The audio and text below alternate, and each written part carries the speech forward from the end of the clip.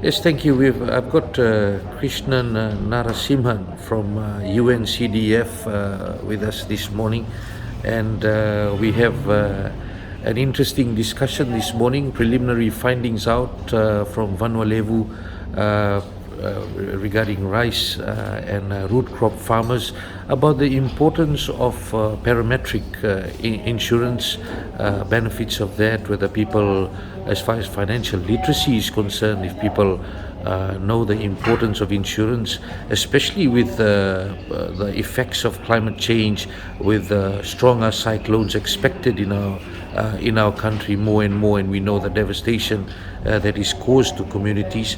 Now, first of all, to start off with, sir, parametric insurance. Of course, it's something that's new. People think that insurance is always very expensive. If you can discuss about the launch of the new product last year and the work surrounding it. Yeah, so thank you very much, Vijay.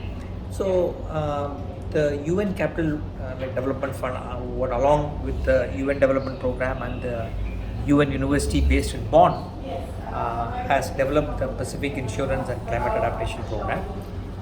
The program is it's on the level of wind speed. It's on the it's on a particular parameter. So once that particular parameter is met and that is recorded through remote sensing through the Joint Typhoon Warning Center, and also sort of confirmed by the Fiji Met Office that a particular area, this was the track of the cyclone, this is where the cyclone passed, and this was the speed of the cyclone. So once that's confirmed, all those people who have been insured in the path of the cyclone, the track of the cyclone up to 25 kilometers from the eye of the cyclone would get a payout without verification. In fact, they need not even lodge a claim. The insurance company will know that this was the track of the cyclone, so many people were there, so many people were insured, and the amount of insurance, and then the payout is done directly into their bank account or into their mobile wallets. So the speed with which the money is received by the beneficiary would ensure that they can recover faster, build back better, and there's immediate cash liquidity post event, which is very, very vital in the days immediately after an extreme weather event. It's because the conventional methods in which assistance reaches the communities could take weeks or months, whereas this can put money into the hands of people who are affected within a few days. So that's the advantage of parametric insurance.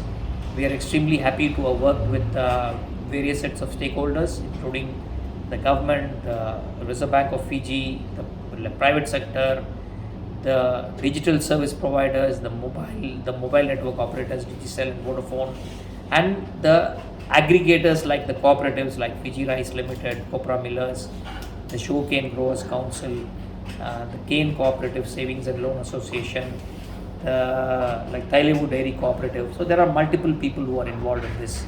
So the last mile reach is ensured through these member-based organizations, and also through a lot of digital interventions, digital innovations that have been fostered together.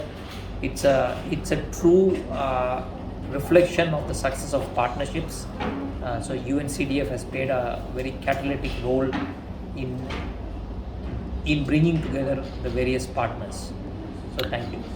So you're saying that the premium is $2 a week. $2 a week, and you're saying that too many times people rely on other things, other people, instead of just going for this new product that can give them immediate relief if there's a cyclone that comes. If you can explain further.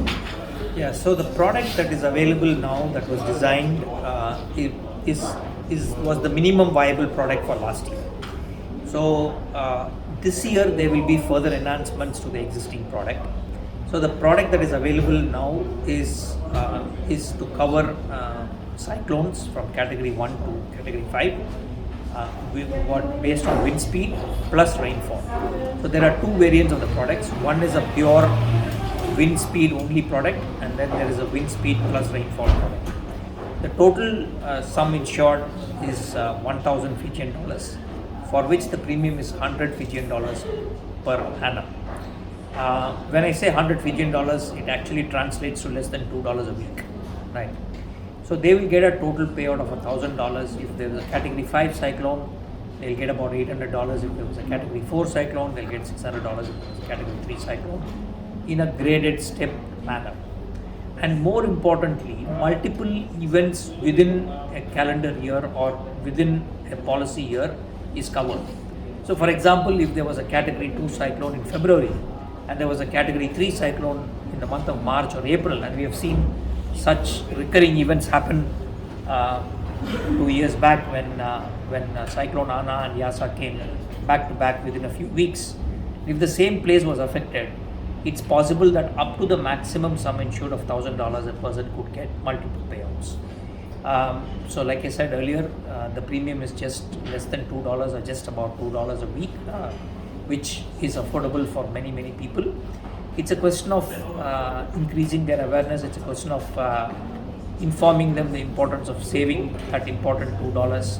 There are a lot of unnecessary expenses that can be cut down, which they have to discuss within their family, budget better, like think of appropriate means of savings, and there are very flexible ways of paying premiums. So we have worked with the two mobile network operators, Digicel and Vodafone, to allow payment of premium to M-Paisa. So which means that they can pay on a weekly basis. They can save money and pay pay to the insurance company on a weekly basis. It's not that they should put $100 upfront. They can pay $10 a month. They can pay $5 a week, or whenever they have income. Especially farmers, fishers, and small businesses have fluctuating, volatile incomes. So they can make the payments according to when they have money. So it's a question of awareness. It's a question of like putting away small sums of money for the benefit of your household, for the benefit of your families. Is there a minimum loss damage cost if you are to get that money, the $1,000 for Cat 5 and Cat 4, etc.? So the advantage of a parametric insurance is that there needs to be no loss or no damage established.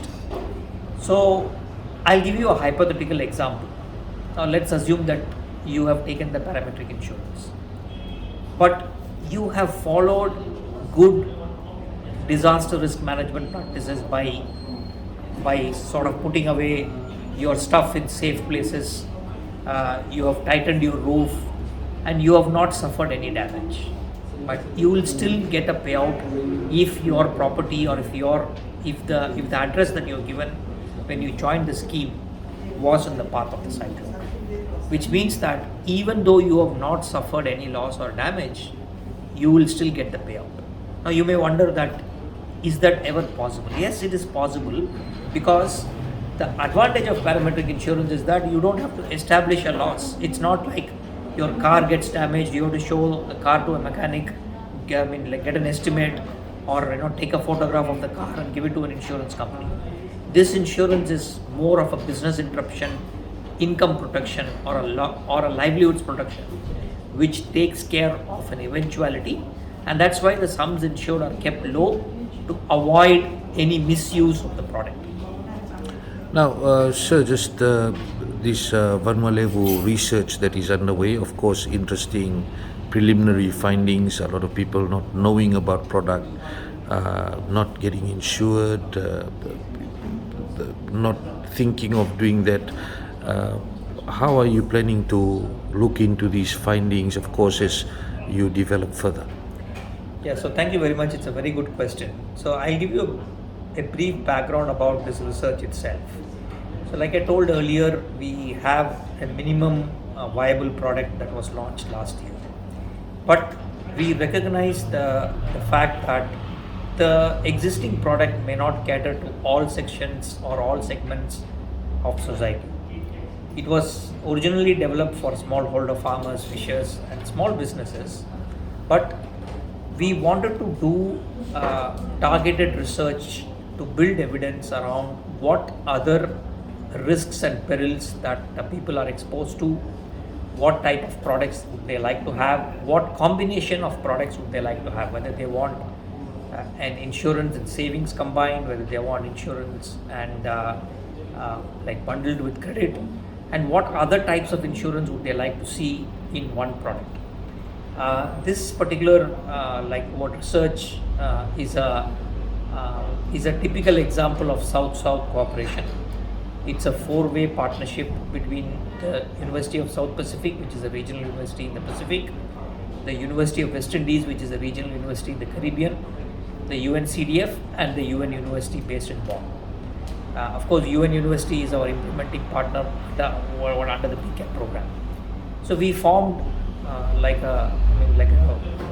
research collaboration, and the first part was a discrete choice experiment quantitative study done in Vanvaleru and covered 489 farmers: rice, copra, cane, root crops, some pearl farmers, fishers, and small business owners.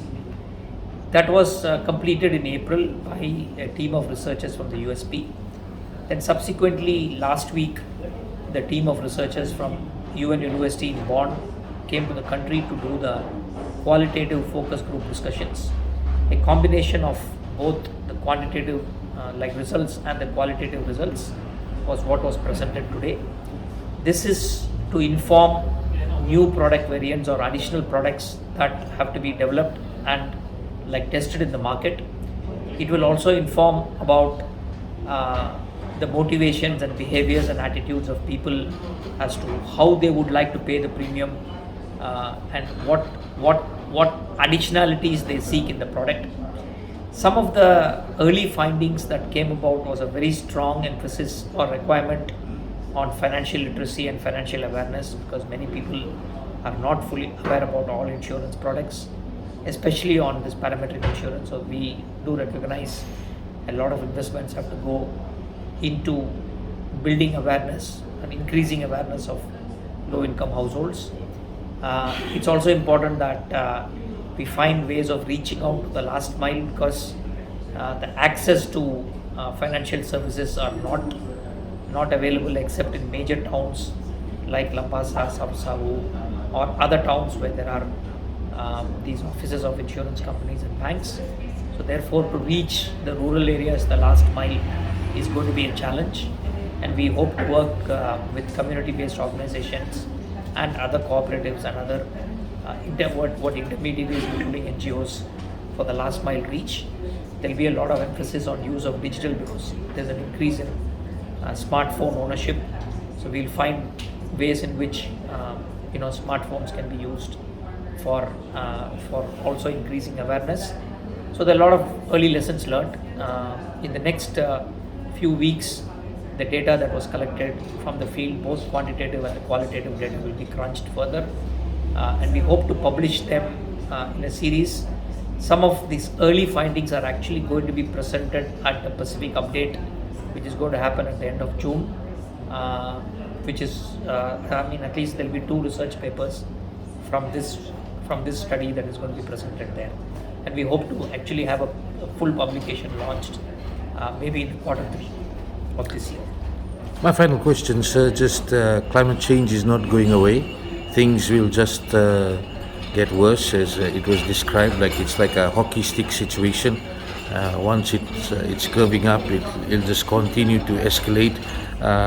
All the weather experts, scientists are saying our part of the world is expected to have stronger cyclones, more devastation, of course, and we rely a lot on subsistence farming, commercial, semi-commercial, as far as agriculture is concerned. What's your message to the people watching this and listening to it? Yeah, so as has been told by by very many leaders in various forums, and also by practitioners, the Pacific was not responsible for this problem, but it's facing the brunt of this problem because of the creation of the world that is out there, and we have to learn to adapt and live better. There are several adaptation and mitigation measures that are being undertaken by different stakeholders, and I must compliment the involvement of very many stakeholders in this. There's a lot of talk and awareness about climate change, both at the community level, at the subnational level, at the national level, at the regional level, at the global level as well. So on our part, we are trying to work towards improving access to financial services, especially appropriate and affordable risk transfer solutions like the parametric insurance that is being developed. Later this year, we also hope to have a dedicated parametric insurance for small and medium enterprises in Fiji. The lessons learned in Fiji are going to be replicated within the Pacific and beyond the Pacific. So this is becoming like an incubator of new frontier ideas. There is a very keen interest from the private sector to partner with us. For the first time, we have demonstrated that market-based solutions can be leveraged to unlock the potential of both the public sector and the private sector to deliver lasting, sustainable development initiatives like the ones. So far, about 1,380 households in Fiji have been covered by the first parametric insurance. Our immediate ambition during 2022 is to increase this number to 5,000 or 5,000, more than 5,000 households, while also having pilots going in Vanuatu and Tonga. Next year would be Samoa and Solomon Islands, and parallelly, the lessons learned in Fiji are also going to be replicated globally by UNCDF in a few other countries. So we have to learn to live with the new, with the new normal, new reality. Just like how we came out of COVID, I'm sure that with the concerted efforts of all stakeholders, we'll also find solutions for this perennial problem. So I firmly believe this way that most of the issues in the world, most of the problems in the world, are human created, right? And I think as humans, we have this extreme intelligence to find solutions as well. And I think we can put our heads together to find solutions. Thanks.